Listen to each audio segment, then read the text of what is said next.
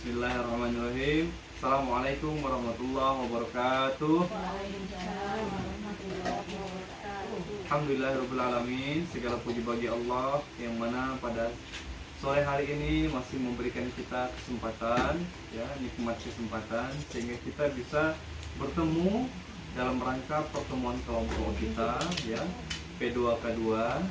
Dan hari ini kita akan membahas modul tentang perlindungan anak. Nah, kalau kita bahas tentang perlindungan anak, maka pasti erat kaitannya dengan apa, Bu? Hak asasi anak, ya boleh. Nah, jadi tujuan kegiatan ini adalah untuk belajar pengasuhan dan pendidikan anak.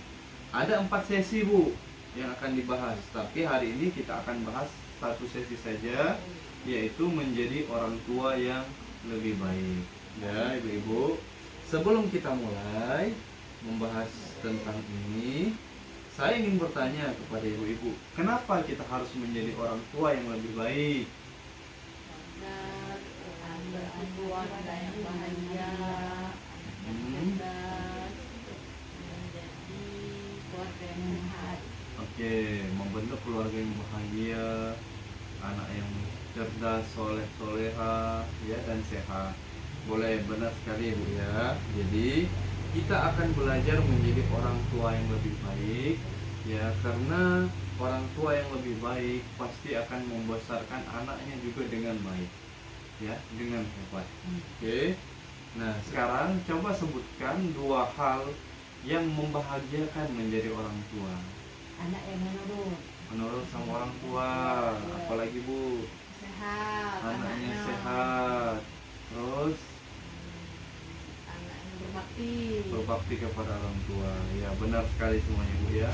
Kalau saya tanya satu hal yang sulit menjadi orang tua, apa, Bu? orang tua yang sabar. Harus sabar menghadapi anaknya, ya, Bu Rania, sama ya. Jadi pertama tadi, kalau membahagiakan menjadi orang tua itu adalah anaknya itu nurut dengan kita, ya. Terus anaknya sehat, contoh mau makan, ya.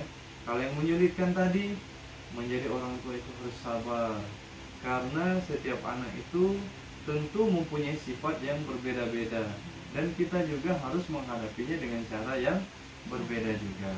Ya, betul sekali, ya, ibu-ibu. Luar biasa. Terima kasih, Bu, atas pendapatnya tadi, Bu, ya. Bagus sekali, Bu. Nah, ya, cara pertama untuk menjadi orang tua yang lebih baik, ya, adalah dengan mengingat hal yang membahagiakan yang dirasakan sebagai orang tua, ya. Karena ini memperkuat kasih sayang orang tua kepada anaknya, ya.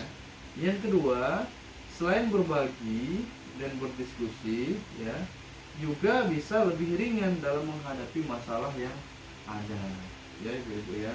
Nah, saya harapkan apa yang kita bahas ini bisa kita praktekkan di rumah, Bu, ya, dengan anak kita, dengan keluarga kita, ya, dengan suami kita, dengan istri. Nah, selanjutnya kita akan bermain. Nah, ini seru sekali. Ayo, kita akan bermain, judulnya permainan terbalik. Nah, jadi permainannya ini adalah peserta diminta untuk melakukan memegang kepala, pundak, lutut, kaki. Kepala, pundak, lutut, kaki. Bisa? Baik, sekarang kita akan mulai, ya. 1, 2, 3. Kepala, pundak, lutut, kaki, lutut, kaki. Kepala, pundak, lutut, kaki, lutut, kaki. Kepala, pundak, lutut, kaki, lutut, kaki. Kepala, pundak, lutut, kaki, lutut, kaki. Kepala, pundak, lutut, kaki, lutut, kaki. Kepala, pundak, lutut, kaki, lutut, kaki. Ya, tepuk tangan untuk kita semua. Ya, jadi ibu-ibu itu namanya permainan terbalik ya. Kalau tadi awalnya tadi apa yang saya ucapkan sama dengan yang saya lakukan, kepala, pundak, lutut, kaki. Kemudian saya ubah kepala, pundak, lutut, kaki, kepala, pundak, lutut, kaki.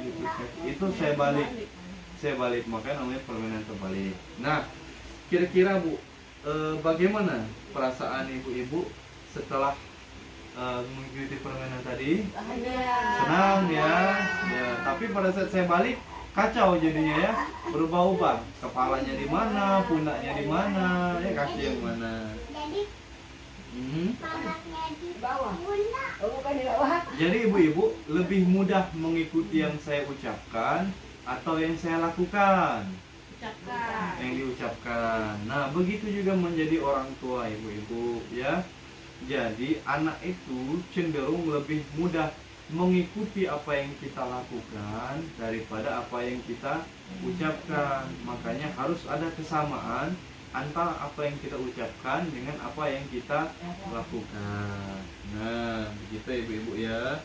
Karena anak itu cenderung lebih meniru perbuatan kita daripada mendengarkan perkataan kita, ya. Yaitu artinya harus sejalan antara perkataan dengan perbuatan. Ya ibu-ibu, bisa dipahami? Ya, sampai di sini saya harapkan kita bisa mempraktekkannya di rumah ya, atas apa yang kita pelajari hari ini, bahwa sebenarnya menjadi orang tua yang lebih baik itu bukanlah peran suami saja, bukanlah peran istri saja, tapi peran suami dan istri ya. Artinya suami dan istri punya kewajiban yang sama dalam mengurus dan mengelola anaknya ya, yaitu menjadi orang tua yang lebih baik ya. Kita sama-sama belajar ya. Jadi pesannya di sini adalah orang tua merupakan panutan anak ya. Jadi orang tua memiliki pengaruh yang kuat terhadap anak kita ya. Jadi apa yang kita lakukan, apa yang kita ucapkan kadang-kala akan ditiru oleh anak kita. Maka kita ucapkan, dan setiap ucapan dan perbuatan kita lakukanlah yang baik-baik, sehingga yang ditiru anak juga sesuatu yang baik. Dan juga dalam pengasuhan anak, orang tua itu suami dan istri memiliki peran yang sama untuk tumbuh kembang anak menjadi anak yang lebih baik. Ya, mungkin itu saja ibu-ibu pesan dari modul ini yang bisa kita bahas. Sampai sini ada pertanyaan ibu-ibu? Cukup? Cukup ya. Baik, kalau cukup mungkin itu saja bahasan kita hari ini. Sebelum kita tutup, kita tepuk semangat. Masih ingat ibu-ibu? Tepuk semangat kemarin. Ya, kita coba ya sama-sama. Ayo adek, duduk dek. Bagus-bagus ya. Ayo kita sama-sama ya. Saya contohkan dulu. Tepuk semangat. Ma. Ulang ya. Tepuk semangat. Ma. Ngat. Semangat. Oke, kita sama-sama ya. 1, 2, 3. Tepuk semangat. Semangat. Semangat. Yeay, aplaus untuk kita semua.